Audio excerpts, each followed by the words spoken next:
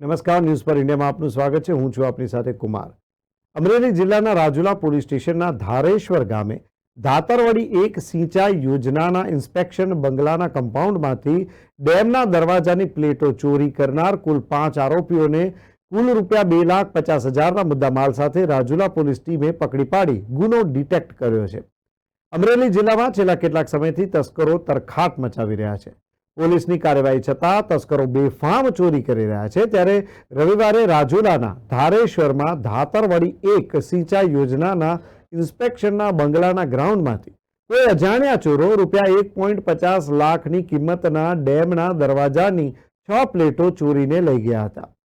આ અંગે રાજુલા પોલીસ મથકમાં ગુનો નોંધાતા પોલીસે વધુ તપાસ હાથ ધરી હતી અને ત્યારબાદ આજે આરોપીઓને ઝડપી ગુનાનો ભેદ ઉકેલી દીધો હતો.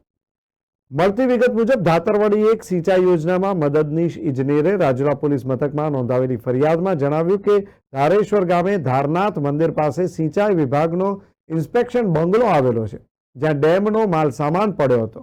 અહીંથી કોઈ અજાણ્યો ઇસમ ડેમના દરવાજાની 6 પ્લેટ ચોરીને નાસી ગયો. રૂપિયા 1.50 લાખની કિંમતના 6 દરવાજાની પ્લેટની ચોરી થતા રાજુલા પોલીસ મથકમાં અજાણ્યા તસ્કર સામે ગુનો નોંધાયો. આ અંગે રાજુલા પોલીસ સ્ટેશનના પીએસઆઈ મુસ્તફા ખાન ચૌહાણ અને પોલીસ ટીમ દ્વારા આરોપીઓ શોએબભાઈ જોખિયા, સિરાજભાઈ યુનુસભાઈ શેખ, અક્ષયભાઈ બાંભણિયા, જયદીપભાઈ હરિભાઈ ચુડાસમા અને પારસગીરી વિનોદગીરી ગોસ્વામીને ચોરીના મુદ્દામાલ સાથે ઝડપી લીધા. પોલીસે કુલ રૂપિયા 2,50,000નો મુદ્દામાલ કબજે કર્યો છે.